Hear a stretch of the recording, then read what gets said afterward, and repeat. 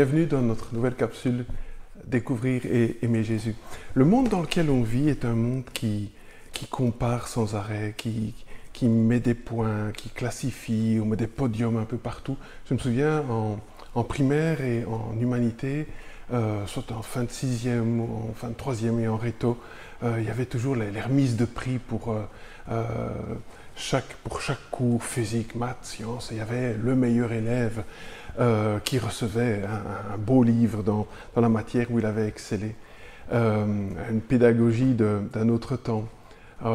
Être toujours le premier. Quand Paul écrit aux Colossiens, on est en train d'étudier cet épître le mardi soir, il ne veut pas classifier les chrétiens, les églises, en disant l'Église qui a plus de ceci, plus de cela.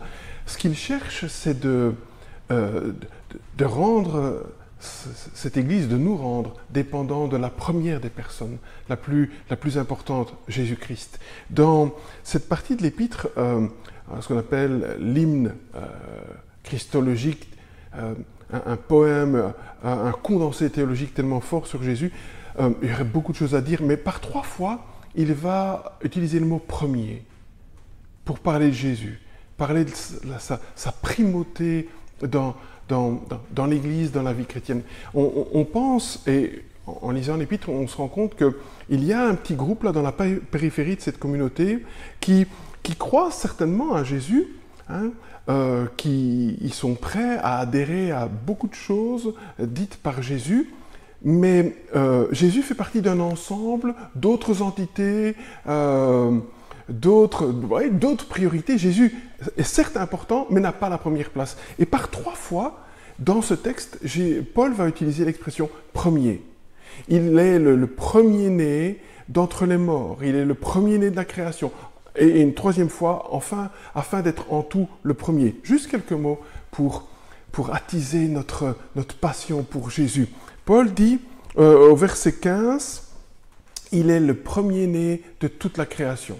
Premier-né de toute la création. Alors les témoins de Jéhovah ont sauté sur cette expression, le prototokos, pour dire, oui, il a été créé. C'est pas du tout ça que Paul veut dire. C'est l'idée d'une prééminence, d'une suprême élévation.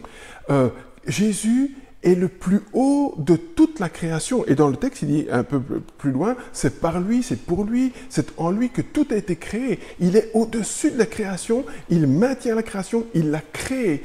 Le Jésus en qui nous croyons, c'est une expression souvent que le Nouvel Âge utilise, est un Jésus cosmique. L'idée, c'est qu'il règne sur le cosmos.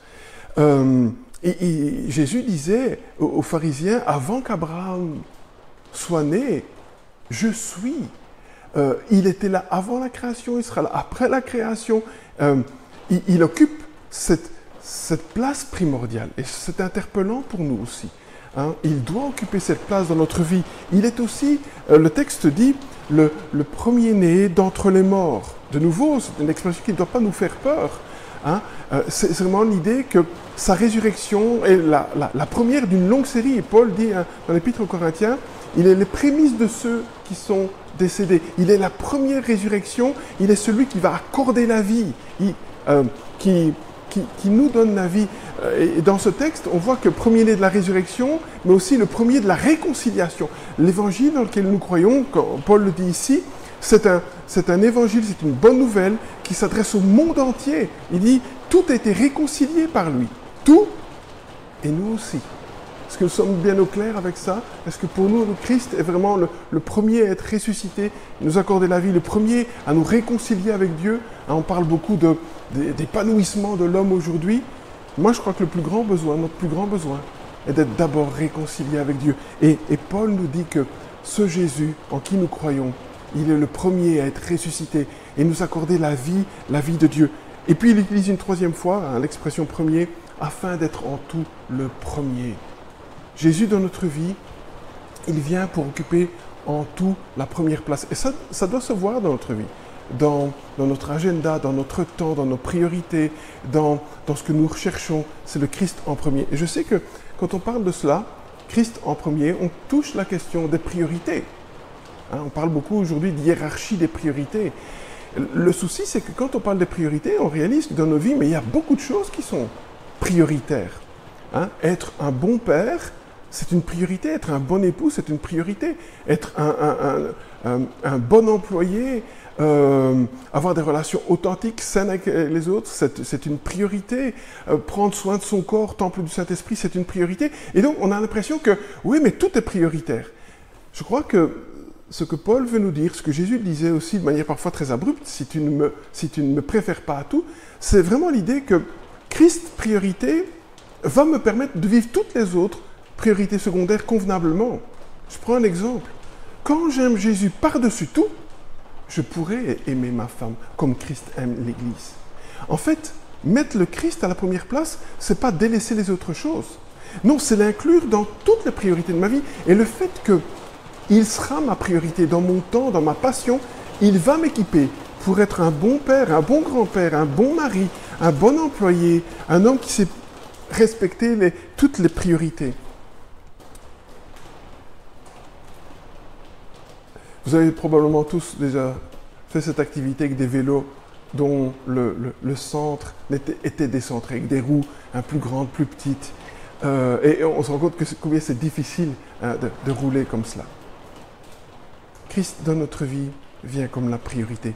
Et il est cette priorité. Il est le régisseur de l'univers, le créateur, le premier à être ressuscité, à nous offrir un salut complet pour être la priorité dans notre vie. Alors, parfois, c'est un peu prétentieux, la manière dont nous parlons en disant « je vais lui donner la première place ». Il a cette première place. Il occupe, de par son être, de par son action, cette priorité.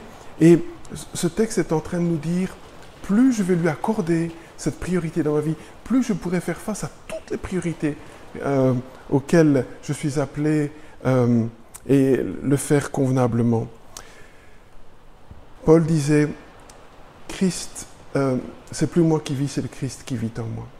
J'ai besoin de lui accorder cette place pour vivre convenablement toutes les autres responsabilités qu'il va me donner. » Que le Seigneur nous aide à lui accorder cette priorité. Soyez encouragés et fortifiés.